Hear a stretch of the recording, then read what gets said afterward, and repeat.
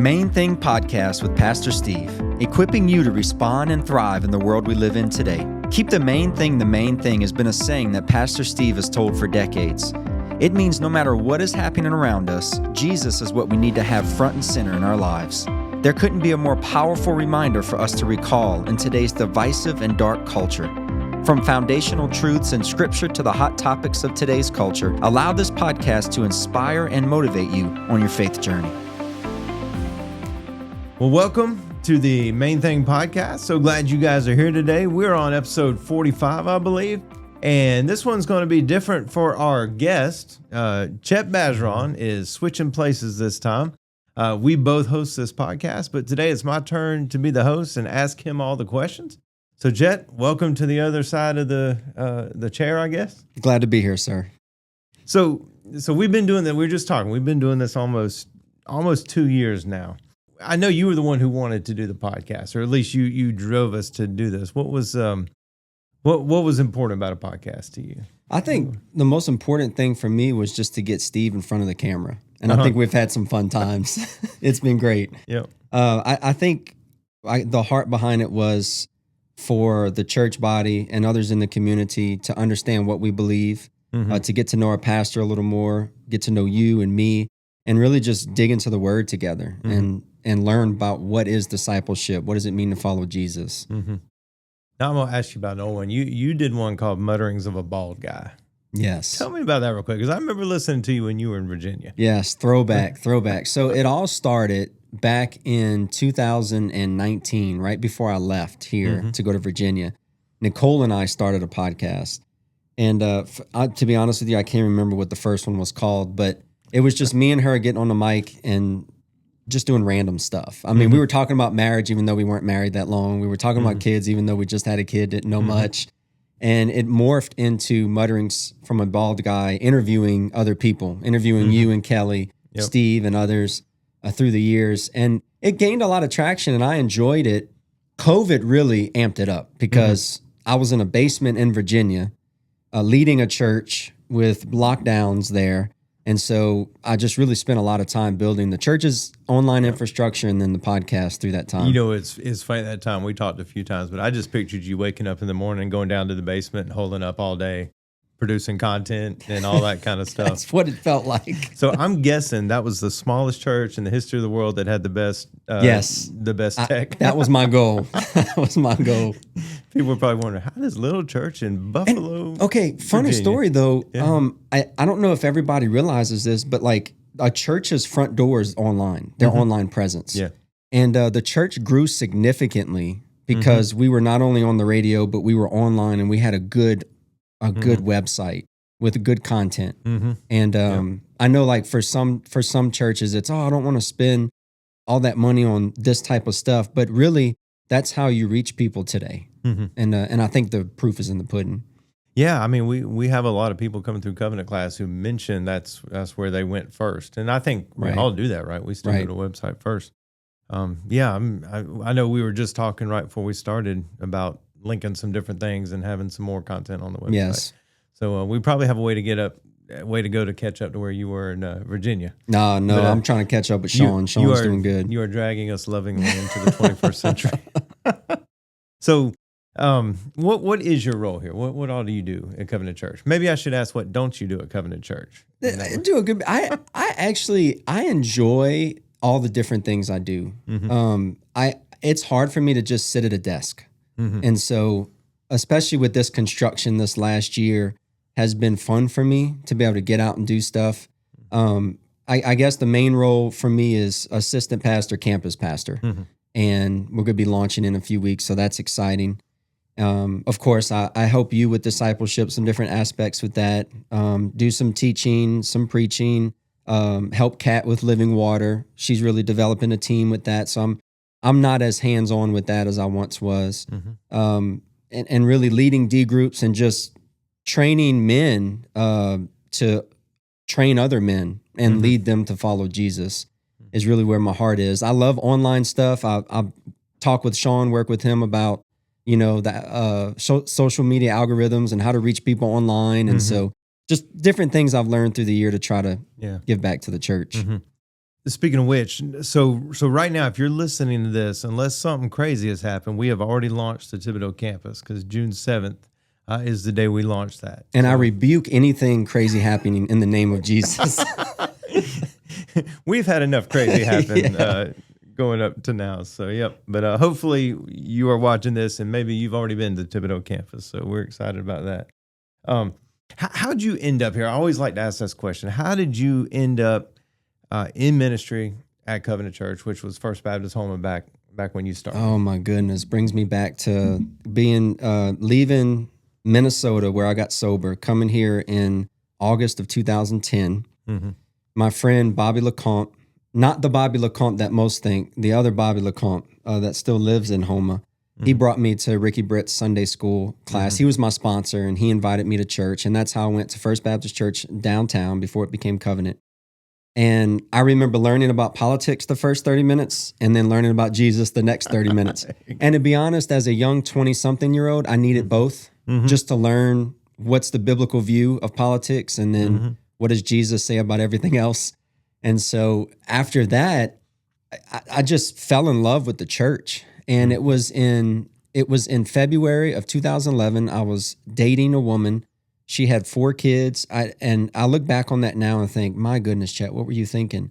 She was not in a place to be dating me. I was not in a place to be dating her. And that relationship ended. And I remember finding myself in the Southland Mall parking lot. It was raining. It was 7:33 p.m. I'll never forget it.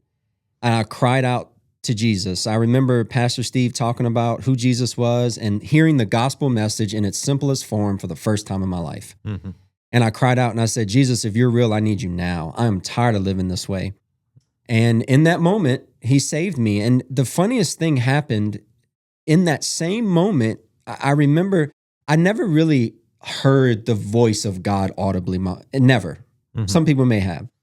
But I had this overwhelming sense that I was going to preach. And this was before I knew about Billy Graham and all the greats and that preaching looked cool to me. I just saw what Pastor Steve did every Sunday, you know?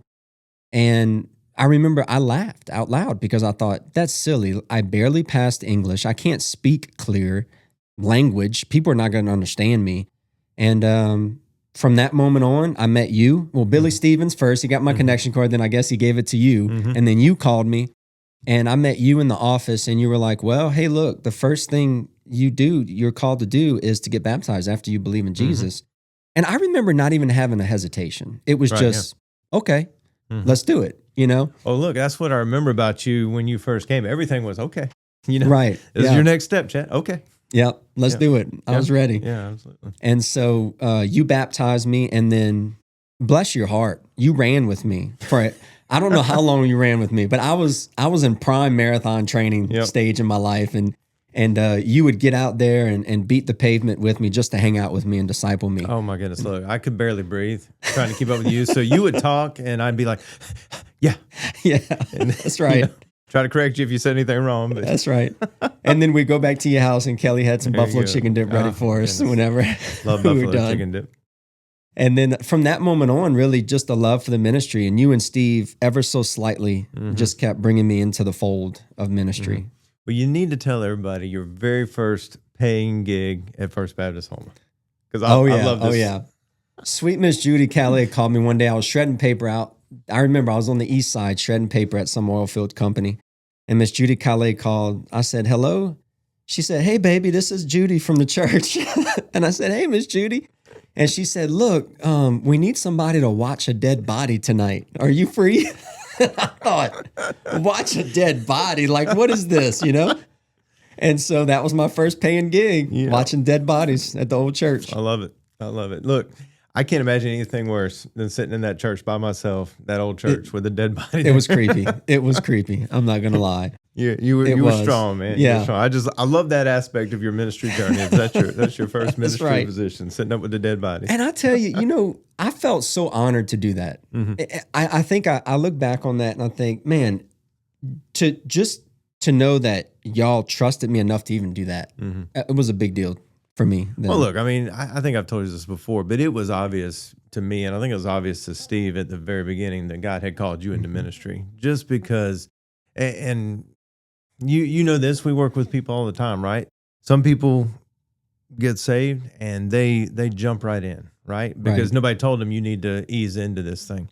And then some people take a while to really surrender, I guess. And I remember that it was obvious you surrendered right away, because I remember when you came in too, we were setting up for the CCA prom ever, and you walked in the gym, and I believe if I remember that time, we started talking about how do you grow in your faith, what you need to read and stuff. So if you would talk a little bit about your journey before Christ, like, what kind of things did you have to struggle through to get to where you are? Absolutely. My mom and dad did the very best they could with what they knew. Mm-hmm. Early on in my walk with Jesus, I used to say, "Oh, I grew up in this terrible house," and my perspective has changed on that now, raising kids. Mm-hmm. My parents provided a home for me that had accountability the best way they knew how. My parents provided a home for me where they struggled through a lot. My mom and dad struggled a lot. But at the end of the day, they loved me and my brother, and they did the very best they could.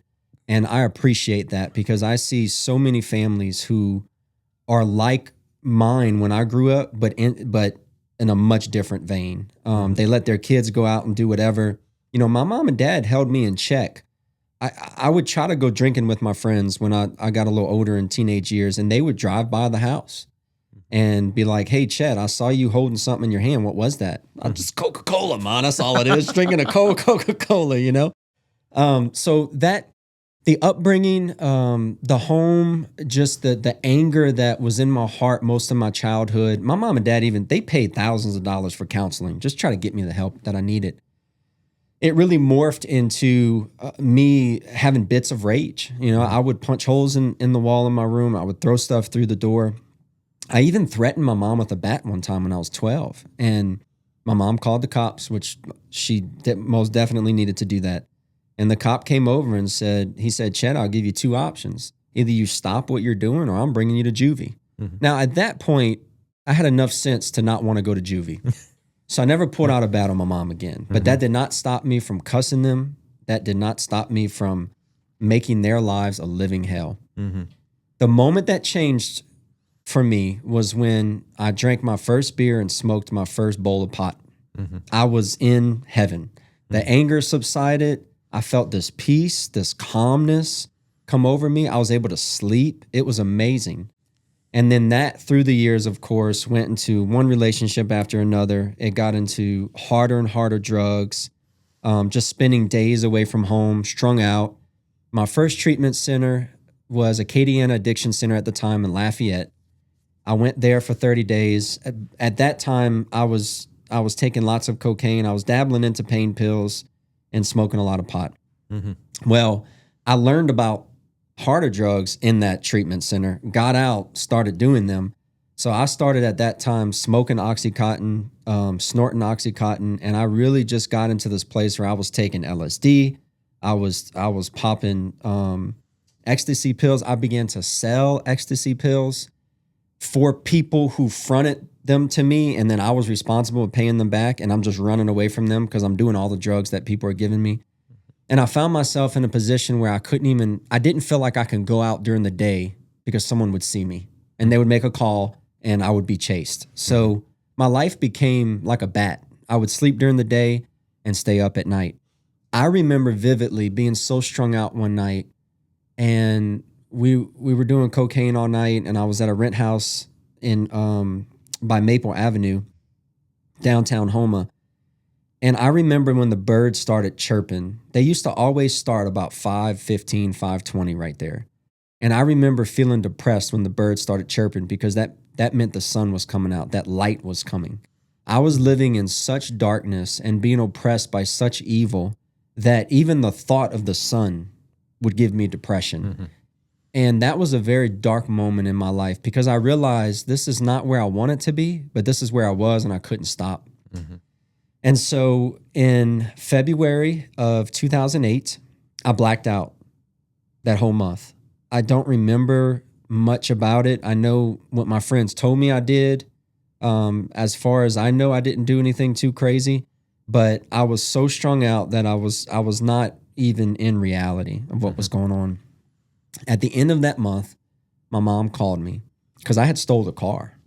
My dad kicked me out. My dad did the most loving thing he could do. He said, Chet, you're not welcome here anymore. Get out of my house.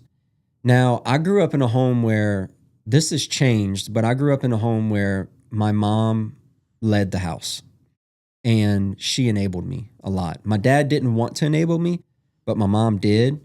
And that was them just like, they were working out their relationship. They were working out their relationship with God. And so it was an unhealthy place. And my dad stepped in and he said, Chet, this is the last straw. You're done. Get out of my house and don't come back. That hit me because that was the final bridge I had to any type of stability. So I steal the car. I go out, snort half an ounce of cocaine with a friend in a couple of days and just really lose my mind. My mom called me. She said, Chet, you got to understand what I'm about to tell you. She said, I have been begging your dad for 3 days straight. He is willing to give you one more chance. She said, Chet, you're not getting another one. She said, I found this place in Wayzata, Minnesota. I don't even remember how she found it. When she listens to this, she'll probably remind me. But it was this beautiful treatment center. And at the time, it was $10,000, which is unheard of. Usually treatments, even at that time, were $50,000, $60,000. And she said, look, if you go here, this is your last chance. And I remember being high and thinking, you know what? My mom is right. I said, I'll go. So she gave me the number. I called the number. And they said, look, the only way you can come is if you're sober. I said, I'm sober. I was not sober at all. So I slept. It was a 24-hour drive. We stopped once. I slept the whole way, detoxing to that treatment center. Got there, got sober. To make a long story short, began roofing, learned how to become a man, but there was still something missing. And I felt like it was time to move home. So I moved home in August of 2010, and that's where I ended up, at First Baptist, now Covenant Church. With you and Steve, and here we are now. I don't know if you remember this. So that first year that you would have gone to Brazil for the mission trip, would have been my first time too. And we always did like a, what's the word I'm looking for here? A highlight video. Yeah. And you remember the song we used, that first one? It was, you make beautiful things. Oh yeah. You make beautiful things out of dust. And hearing your story, I mean, that was that picture, right? God makes beautiful things out of the mess we make of our lives. Right. Man. Yeah. And I Brent, I look back on that and I think about even to go deeper, when I met Nicole, you and Kelly were the first family for me that I really got to know inside their home that truly loved each other. And that profoundly impacted me. And Nicole and I still talk about it. In many ways, early on in our marriage and even well into our marriage, we would think about, how you guys would react around one another in your home. And so, just thank you for that, because really it was a big deal in my life. And now to see my mom and dad like being saved and transformed, and now they're praying for us and they're, investing in our life. It just it's just amazing. We know, as you were talking, when I was thinking about that song, The Beautiful Things, I was thinking about the other day when we were moving those chairs into Thibodaux. Who would have, I guess your parents in their wildest imaginations could not have imagined one day they're moving the chairs in for their son's campus that he's about to launch as a pastor, It's amazing. It brings tears to my eyes, just thinking about that. So talk about your ministry journey here. We sitting with the dead bodies. They're not waking up. You're doing a good job. You didn't lose any dead bodies when you're there. Where'd you go from there? How'd that come about? So one of the things that you and Steve have helped me with through the years is allowing me to fail. And early on, I remember my first 5 years of ministry as a student pastor here. Really, it was middle school with you and Sarah still leading. You were leading the youth. Sarah was doing high school, and then I transitioned after she had left. And I remember making so many dumb decisions, but I was allowed to make those decisions, and that really helped me. You and every other young guy that's ever been in ministry. Man, I look back. I was 28 when I came here. I look back at some of the things I did, and I was like, "Good Lord, how did Steve not fire my butt?" Right. Right. Same thing. I look back on that. I look back when I started the senior pastor position in Virginia at 30. I'm 38 now, but just 8 years, I look back and go, man, Chad, that was kind of dumb, man. You shouldn't have said that, or you shouldn't have done that, or you should have waited. My greatest weakness is impatience. When the Lord gives me a directive, I want it done tomorrow, and I'm willing to do everything I have to do to get it done tomorrow. And so being here and being on the pace of ministry that Steve sets helps me to see like things are done in God's timing. And it's okay to press into that and seek him while you're on that path. You know, and it's been tough. Ministry, I had someone come up to me the other day and say they wanted to be in ministry. It was a student. And I said, I'm going to give you a comment that I probably wouldn't have gave 10 years ago. You have to be 150% sure that you want to be in ministry. It can be the toughest job, and it can be the most rewarding job. Through the years, I've heard things that people have said about me. I've had great friends, stab me in the back. These things are just part of the job. But on the flip side, I've created relationships that will last forever. And I've got to see God change lives in miraculous ways. And so I couldn't imagine doing anything else. Yep. That concludes part 1 of Inside Covenant with Chet Bergeron. Stay tuned next time for part 2.